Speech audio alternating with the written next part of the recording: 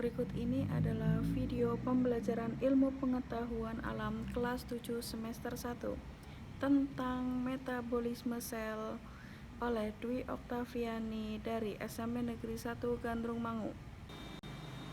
Marilah kita simak videonya.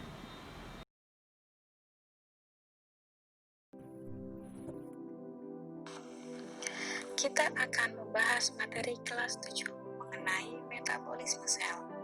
Metabolisme merupakan seluruh rangkaian reaksi kimia yang terjadi di dalam sel. Metabolisme terbagi menjadi dua, yaitu katabolisme dan anabolisme. Kita akan bahas yang pertama, yaitu katabolisme. Katabolisme ini merupakan proses pembongkaran dari senyawa kompleks menjadi senyawa sederhana. Kemudian, reaksi katabolisme dapat dikatakan reaksi eksorgenik. Artinya, reaksi ini membebaskan energi dalam bentuk ATP. Contohnya yaitu respirasi. Respirasi merupakan proses pernafasan di mana menghirup oksigen dan mengeluarkan karbon dioksida. Pernah tidak kalian bertanya, kenapa ketika respirasi di udara begitu banyak gas berupa nitrogen, belerang, fosfor, dan fosfat? Kenapa yang masuk dalam tubuh dan yang digunakan dalam tubuh yaitu oksigen? Nah, nanti kita bahas di sini. Respirasi dibagi menjadi dua. Ada respirasi yang membutuhkan oksigen dan juga ada respirasi yang tidak membutuhkan oksigen. Untuk reaksi yang membutuhkan oksigen disebut aerob, dan reaksi yang tidak membutuhkan oksigen disebut anaerob. Contohnya, senyawa glukosa merupakan monomer karbohidrat yang paling sederhana. Jadi, karbohidrat kompleks yang kita makan dipecah menjadi enzim. Kemudian diserap di usus halus dan dibawa oleh darah ke dalam sel yang membutuhkan dalam bentuk glukosa. Glukosa ini merupakan sumber energi utama bagi tubuh. Keberadaan oksigen untuk membakar makanan dalam bentuk glukosa dibakar sehingga menghasilkan energi dalam bentuk ATP atau adenosin trifosfat. Kemudian menghasilkan senyawa lain yaitu H2O atau uap air yang menghasilkan karbon dioksida yang bersamaan H2O dan CO2 dikeluarkan melalui paru-paru dan keluar lewat hidung ke udara. Sedangkan energi yang kita gunakan untuk bergerak dihasilkan tanpa melalui oksigen, yaitu dinamakan anaerob. Tahukah kalian anaerob menghasilkan oksigen juga, tetapi dengan jumlah yang sangat sedikit.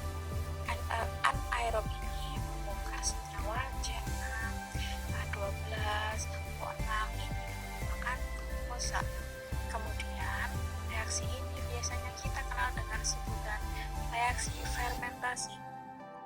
Untuk anaerob C6, H12, O6 diubah menjadi senyawa asam laktat dan energi. Tetapi perlu kalian ketahui, energi yang dihasilkan dalam jumlah yang sangat sedikit. Proses fermentasi ini terjadi di hewan. Selanjutnya, reaksi fermentasi ini juga ada pada tumbuhan. Di tumbuhan, reaksi ini bisa kita ambil contohnya pada pembuatan tape. Pada pembuatan tape yang dihasilkan etanol. Jadi, tape yang kita makan sebenarnya mengandung sedikit ada alkohol. Kemudian, CO2 dan juga energi yang dihasilkan pada anaerob juga jumlahnya sangat sedikit. Jadi energinya kemana? Kalau di tumbuhan, energinya disimpan dalam etanol. Makanya etanol bisa digunakan sebagai bahan baku karena di sana mengandung begitu banyak energi. Selanjutnya ke anabolisme. Anabolisme merupakan reaksi kebalikan dari katabolisme. Anabolisme merupakan reaksi penyusunan senyawa sederhana menjadi senyawa kompleks. Di bagian contoh, kalian akan melihat perbedaan antara katabolisme atau anabolisme yang sangat jelas. Kalau katabolisme merupakan reaksi eksergonik yang membebaskan energi atau menghasilkan energi. Sedangkan anabolisme merupakan reaksi endergonik. Maksud dari reaksi endergonik artinya menggunakan atau membutuhkan energi. Sebagai contoh dari anabolisme yaitu reaksi asimilasi. Asimilasi dibagi menjadi dua, yaitu asimilasi N atau nitrogen dan asimilasi C atau asimilasi karbon. Asimilasi nitrogen melalui proses yang dinamakan kemosintesis. Kemudian asimilasi karbon dikenal dengan fotosintesis. Kemosintesis proses menggunakan kimia, sedangkan fotosintesis menggunakan cahaya. Reaksi fotosintesis secara umum membutuhkan karbon dioksida atau CO2 yang diperoleh tanaman melalui stomata atau bulu daun.